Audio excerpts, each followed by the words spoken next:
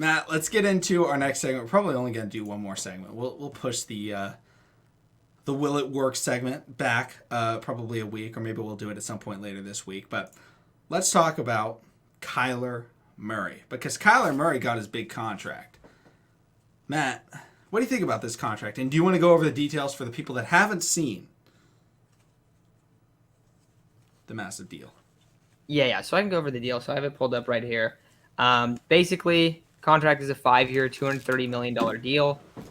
He's going to make, what is it? His cap hit for the next couple years. I'll go through it. Next year is going to be 12 million, 16 million, 51, 45, 55, 43. Then there's an opt out, and then that year he would make 46. So I want to say first off, you guys see I'm a Niners fan. I've watched Kyler Murray quite a bit. I really like Kyler Murray coming out of school too. I thought that it made perfect sense for him to go number 1 overall. I was also very happy because Nick Bosa fell to number 2. I was stoked about that, but I thought it made sense for the Cardinals. I thought it was a good move. I liked it. I said, all right, this is a good direction for them. And if you remember, Kyler Murray comes out, first ever career game, looks horrible. Absolutely terrible in the first half. If you remember that, everyone's like, dude, what is this guy doing? They drafted this tiny quarterback. He looks like he is completely outmatched. Comes out in the second half, balls out. I don't remember if they won that game. I think they might have, but basically had this crazy comeback. I don't remember if they ended up winning. I think they started 0-3-1 to start the season, if I'm correct. I think they tied that game. I think they tied that game. They missed on I think it was a field goal. Yeah, but basically they comes out and it's kind of like really up and down. You're like, oh, like, and they're not a good team. But in the last couple of years, they've been a lot better. Probably should have made the playoffs. Not last year, but the year before. They end up losing a game that kind of is annoying to me because I was hoping for a better draft spot because that was the year when the Niners were injured. But the Niners beat them late in the season. And then you see what happens last year. Late season implosion, right? Both of these years, Kyler Murray has got injured late in the year. And I don't know really why they gave him this deal right now. They could have waited till next offseason. They could have franchised him. They could have used the Cardinals could have used some of their leverage besides sort of giving in to Kyler being like, give me a deal or I'm holding out. Because I don't know what about – I think Kyler Murray is so talented. I think he is one of the most talented – I think he is a clear top – maybe not clear, but I think in terms of talent, probably a top 7, top 8 quarterback in the league, just in terms of talent. The problem is that he is not – I don't think he's going to be healthy. I think that this issue they're having where they fall apart late in the season, I think one of it is because Cliff is horrible late in the season, but I also think it's because Kyler Murray is not the same guy come to January, December, February. Like, he's not the same guy. He's really not. He's banged up. He looks slower. He looks like he can't really move as well. And you saw in that Rams playoff games last year, I mean, it was over. Like, they were so cooked. And you see that at kind of in like that back like 4 to 6 games of the year too. And you saw that the year before, and you're going to see that in the next couple of years. And I think you're going to look up and go, why did the Cardinals do that? Yeah, Kyler's real talented, but they're not going to win anything with him. And that's the part I'm kind of concerned about. I could be completely wrong. They could definitely win with him because he is that talented of a player. But we're looking at someone that's just not – I don't think he's going to be on the field 100% when it matters most. And that's why it's hard to justify giving a guy a deal when, one – there is legit concern about his size and ability to stay healthy. And then 2, in the first couple years, he hasn't been healthy and he's been kind of a locker room issue. Like, I just don't see why they kind of gave in to his demands of, you got to give me a deal now. I thought it was a little bit premature in terms of the money and stuff. I mean, I think that's what he was going to get, but I think they should have just waited a little bit to be like, how about you prove it to us first that you could make it through a full season healthy? Because I think that in 3 years, we might look back on this and go, hey, Kyler's still not been healthy. Like, I would not be surprised if we end up seeing that. I think franchises across sports have given in. And they have allowed the athletes to have too much control. We see it in baseball. Trade deadline coming up Tuesday. AFS show. Quick plug for the show that we're doing right now. But we see it with Juan Soto. I'm out. Right? Trade me. We see it in basketball. Kevin Durant sends a 4-year extension. I'm out. We see it in football. Kyler Murray. trade me, or I will not play for you. And the and big market teams, they can handle that, right? If you're, let's see, who's a big market team in the NFL? If you're the, I guess, Green Bay Packers. The Green Bay Packers did it, right? Aaron Rodgers says, get me out. Like, I'm done with you. I am completely done. And the Green Bay Packers did not shy away. And they said, you're going to play for us. We're going to restructure your deal. Play this year for us. That's all we're going to do. Play this year. Rodgers no longer is sitting out. After the year, they go, that wasn't so bad, was it? Resign. He goes, all right, I'll give you 2 more years. The bad teams in sports make the bad deals because they get afraid that they're going to fall back into being bad. When they get that young star, they get scared. They get scared. And sometimes it works out great, and they look really smart. But sometimes it really doesn't. And you get guys with these atrocious contracts, guys like the Tennessee Titans have with Ryan Tannehill. Because Ryan Tannehill comes into Tennessee and he looks okay. Like, he wasn't amazing, but he was solid.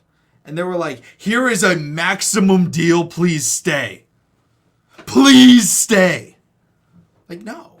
Like, that's not what you do. Like, you need to act like you've been there before and then deal with it. Because you can't just get afraid and just give all your money in to these players. Because then it's just going to lead to more players saying, oh, I can just get my money now. Why would I play out my contract?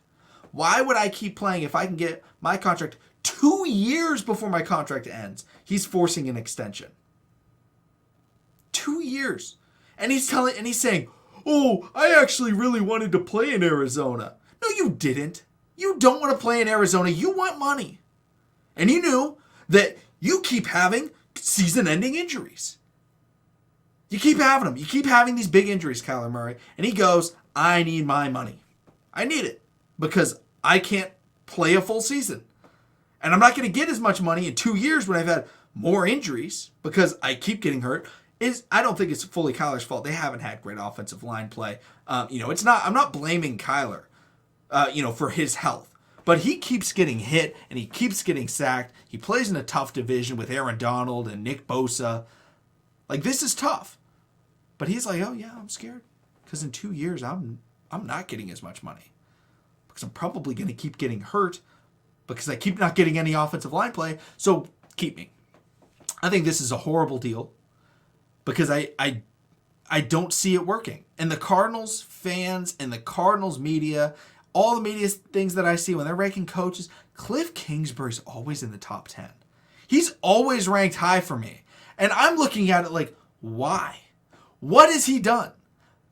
Like, he cannot finish a season. He can't do anything. Like, it's like if you forced a starting pitcher in baseball to play a full 9 innings every time. Like, he's gassed out in the 6th inning. He may have only given up 2 runs, but he finishes the game 9 innings, 12 earned runs, and a loss. Every year. Like, they need a closing coach with Cliff Kingsbury because he just cannot do it. He couldn't do it at Texas Tech, and he can't do it with the Cardinals. And Kyler Murray decided to take advantage of the Arizona Cardinals and get his money. And good for Kyler. He got his money. He got what he wanted. He chose football over baseball for money. Kyler's about the money. And I don't bash players that are about the money. Get your money. This is a job. He's about his money. But if you're trying to win as an NFL franchise, giving out contracts like this is not going to get you there. It's not going to get you there.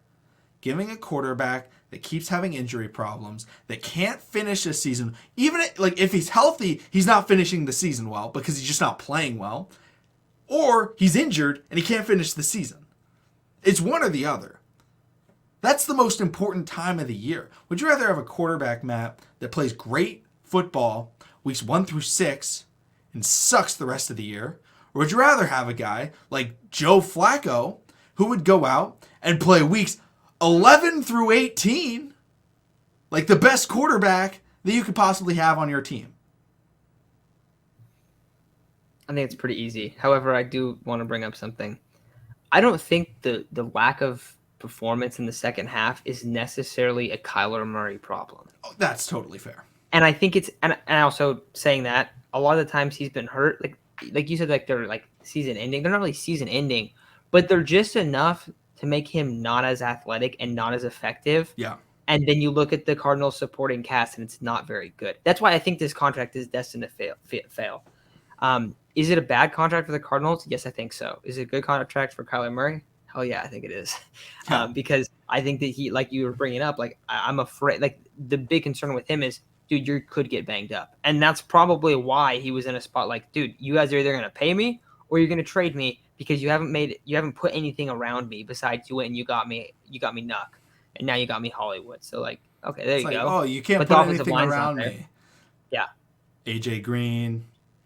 They drafted a wide receiver. I mean, whether or not the move was good, besides the point. They're making moves, and it's just not working. They drafted the wide receiver that he wanted, Rondale Moore. They did do that. Yeah. Terrible draft pick. I don't know why Rondale Moore was. I don't get the Rondale Moore hyped. And yeah, $160 million guaranteed is just so much for a quarterback. Like Kirk Cousins, at least he plays. He gives you mediocrity. That's why I call him Kirkland. But at least he pays. So when you give him guaranteed money, you know he's going to play that entire contract, and you know exactly what you're going to get, which is average quarterback play. Like, consistently meh. Consistently bland. So you can give him a guarantee because you're like, I know what I'm getting. Kyler Murray is the opposite of a guarantee. Like, Kyler Murray is a complete wild card. And it's going to look really bad if he keeps having these seasons where he and the Cardinals tail off at the end. Because I guarantee you this year, when the Cardinals start off the year, I don't know their schedule. When they start off the year 5-1, 7-2, whatever it is, and everyone goes, Kyler Murray's leading the league in touchdowns. Like every year Kyler's been in the league, always leading the league in touchdowns. This is the year of the MVP. Then you look at it 5 weeks later, and he's got 3 more touchdowns than he had 5 weeks ago, and they have 5 more losses. You're like, oh, wait a minute. What happened? Cliff and Kyler happened. And it's going to keep happening unless you separate them. But for some reason, they love him. Like the Ravens love Greg Roman. Dude, I don't. You brought up like the Cliff Kingsbury top 10 stuff. I find that to be so insane. Like, the only thing that Cliff has done is prove. He hasn't, not prove anything. No, he has proven that he will fall apart in the second half of the season. He's done it like 8 or 9 seasons in a row if you go back to Texas Tech. And it's like very, very obvious. I don't know if he can adjust. I don't know if he runs out of plays because that's a thing that happens to some coordinators. They just literally run out of plays.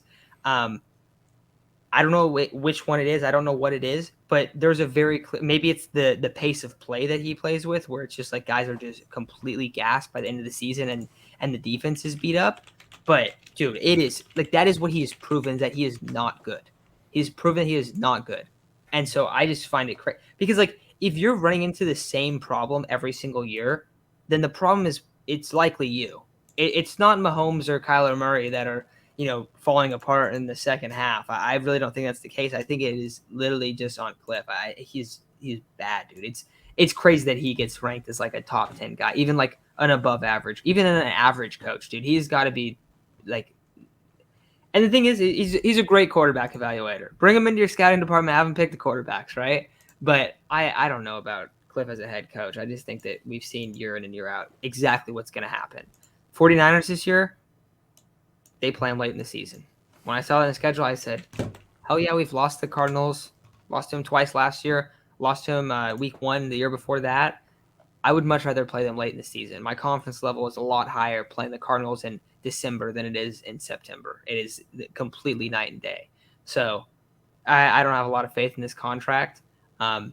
If Kyler's able to stay healthy, I have some, but I don't think they're going to win. I just don't see it with Cliff. So unless you don't have Cliff, unless you clean up the offensive line, if Kyler can stay healthy, I think there's a lot of if this happens, then yeah, it'll be good. But you need like a bunch of stuff I just don't project to happen. So overall, I think it's a bad deal. And looking at the Cardinals, they've drafted one good player in the last 5 drafts. Kyler Murray. One good player. They drafted Zaven Collins, Rondale Moore, Marco Wilson, Victor Dimukeje, Tay Gowan, James Wiggins, and Michael Mennett last year. The year before that, they drafted Isaiah Simmons, Josh Jones, Leki Fotu, Rashard Lawrence, Evan Weaver, and Eno Benjamin. They drafted Kyler. Hey, Simmons is all right. Yeah, Simmons is all right, but when you have the number 8 overall pick, Isaiah Simmons' production is not what you're looking for. They drafted Andy Isabella. Byron Murphy's not bad. Like, Hakeem Butler. The year before that, it was Josh Rosen, Christian Kirk, Chase Edmonds.